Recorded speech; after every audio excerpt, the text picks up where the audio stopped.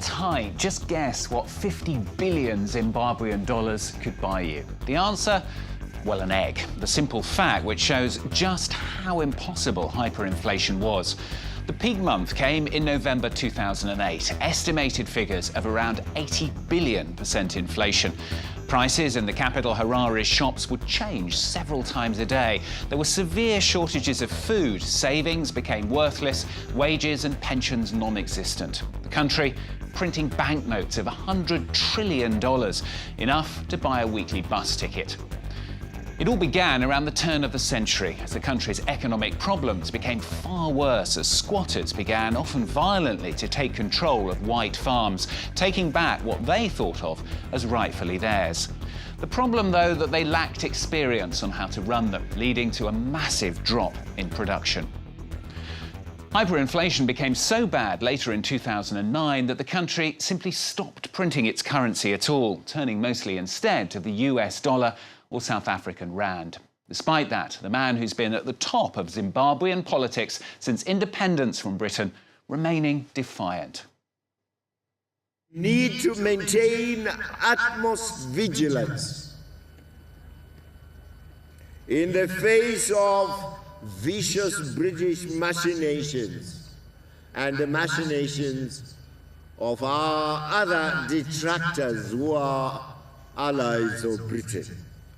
Whereas yesterday they relied on brute force to subjugate our people and plunder our resources, today they have perfected their tactics to more subtle forms, as they, through money as a weapon, literally buy some of our people to turn against their government.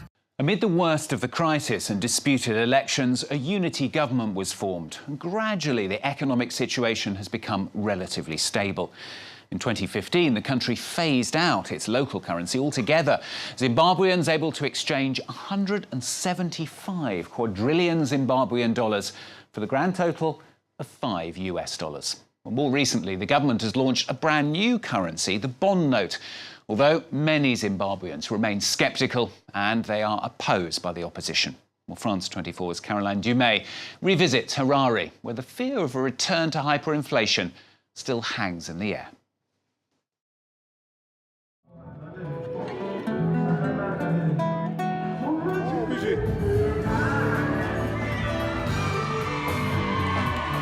He is 64 years old and he has just released his 65th album. Oliver MTUKUDZI is a Zimbabwean legend.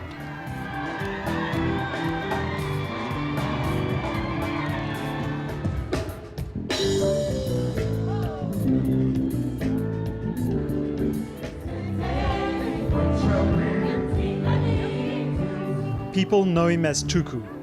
He's just back from a tour of China. He could have immigrated anywhere in the world, like many Zimbabwean artists who chose to leave, but he has decided to stay in Harare. I am Zimbabwean. What else? Where else can I go? I am Zimbabwean. I can visit wherever I want, but this is home. It's the best place to be. It's a noble cause. With the economy so bad, then it's worth being here. That music is there not just to enjoy, but to actually enhance people's lives. It's about healing the broken hearts, giving life and hope to the people, that's all.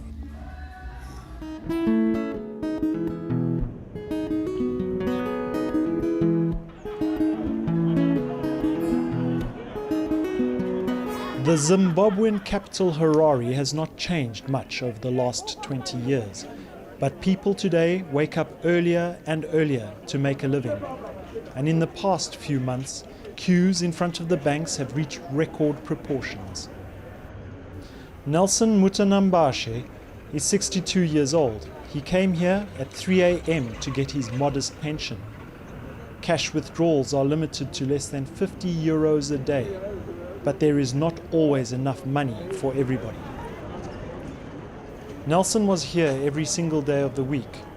But only on Saturday was he able to withdraw what is needed for his shopping.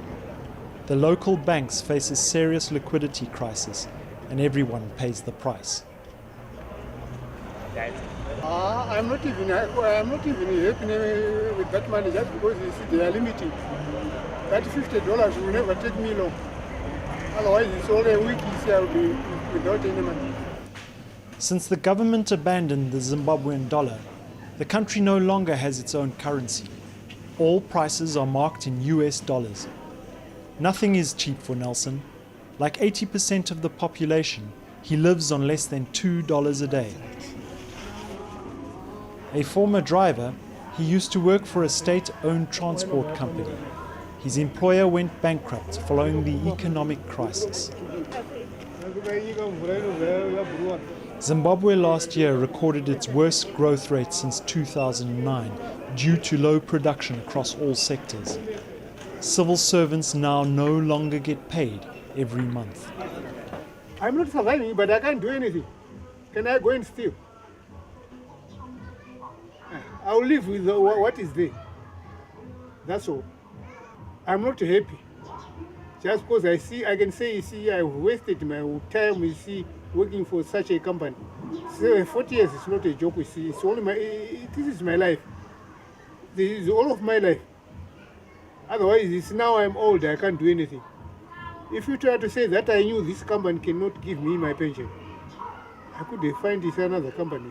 Life in Harare has become so hard that residents plant vegetable gardens to make ends meet. Nelson is no different. His backyard harvest goes a long way.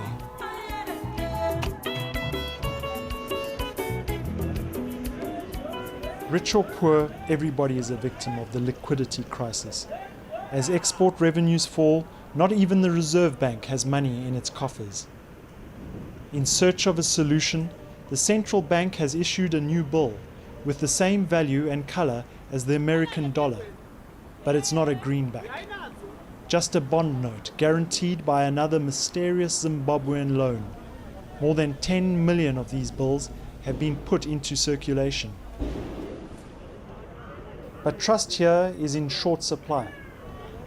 Young lawyers like Fadze Mahere question why the already overly indebted government is creating a new currency. Fadze has become quite famous on social media. Her Facebook page has more than 40,000 readers. This lawyer says the new currency is illegal, and she regularly criticizes the central bank governor. The problems that we face are of such a magnitude that people my age are going to bear the consequences of all these policies. And it's not just bad government, it's also big business. So you see, especially with the introduction of bond notes, the banks have been completely complicit in this, grand heist and this grand theft against the public. And their attitude has been completely deplorable. Instead of keeping us informed, telling us what it means for our savings, because we've lost our savings before. Within the last decade, it's very fresh in everybody's memory. Her attitude quickly irritated the government. Last November, she was arrested while meeting friends in a public park. The group spent a night in jail, charged with public disorder. But Fadze knows the Constitution well. 3 months later, the state prosecutor had to drop the charges. A relief for this young lawyer who dreams of being a judge and needs to avoid a criminal record. This incident, however, did not intimidate her. I feel elated, but disappointed at the same time that, such a waste of resources and money just because of this idea by the state that they need to further repress the democratic space. I mean, it was a waste of their time, it was a waste of our time, and it didn't need to happen. It's really unfortunate that that's what we've come to as a country. After 36 years in power, Robert Mugabe has just announced his candidacy for the 2018 presidential elections. He is 93 years old and still governs his country with an iron fist. Last July, when people began protesting against his economic policy, he banned all protests. You can't urge people to adopt violence. violent demonstrations as the way of life or the way of solving grievances. No.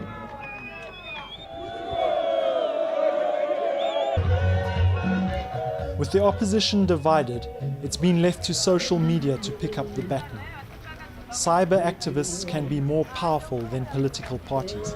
They avoid clashing in the streets, but they make sure the message is spread. The key issue today is the new currency, as there are more and more bond notes.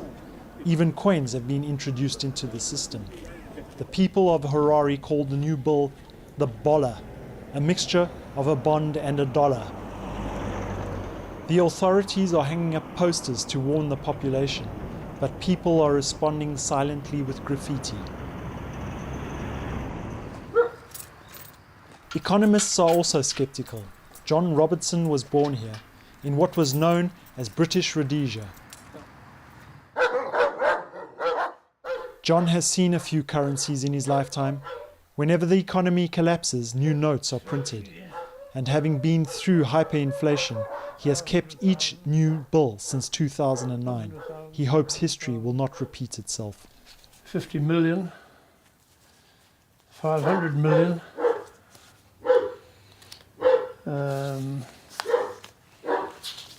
look, it's 10,000. So you can see how the notes were increasing.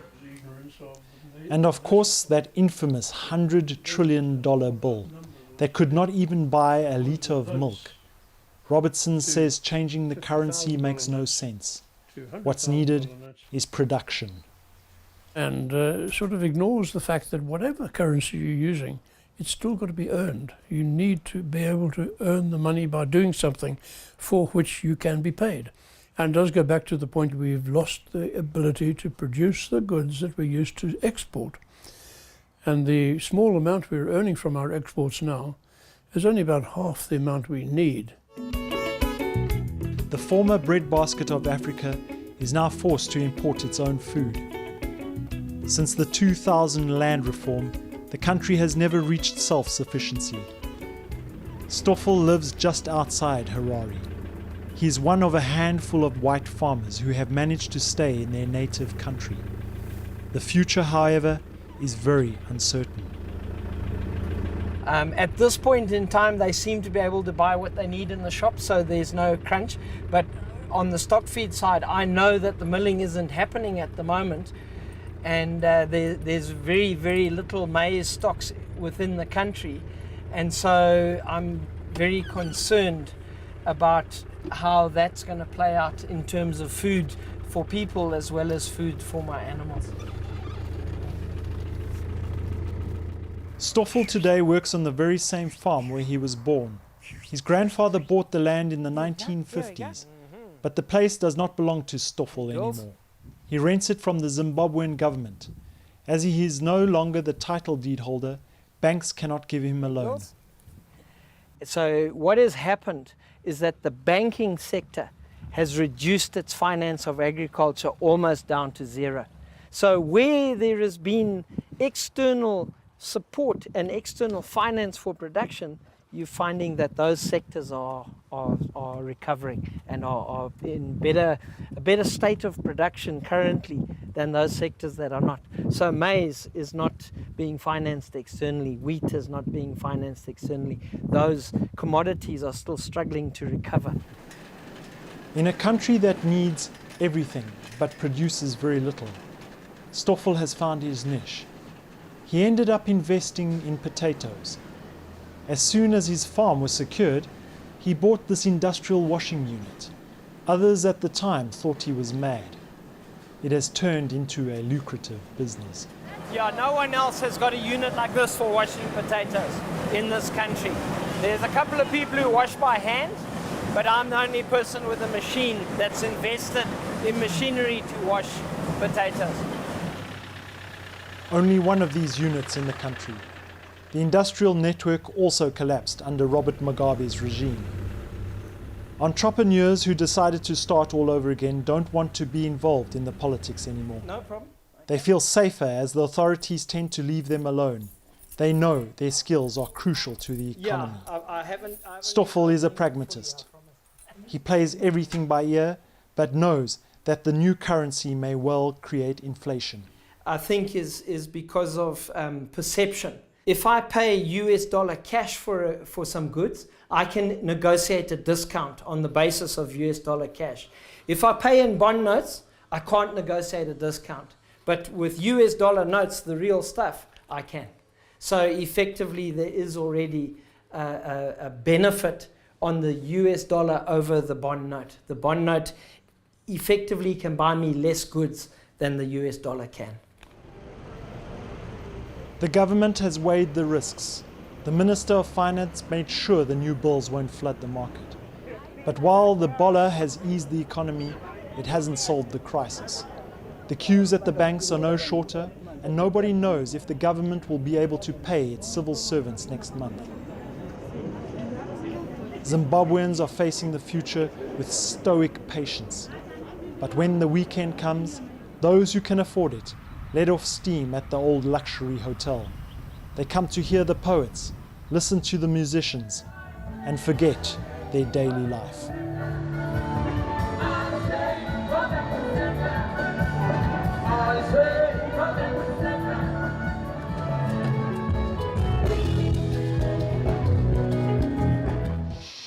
Caroline Dumais revisiting Harare for France 24. Well, that's all from this week's edition, but you can catch it and all our previous editions as well on our website at france24.com. Thanks very much for watching. More news coming up very shortly.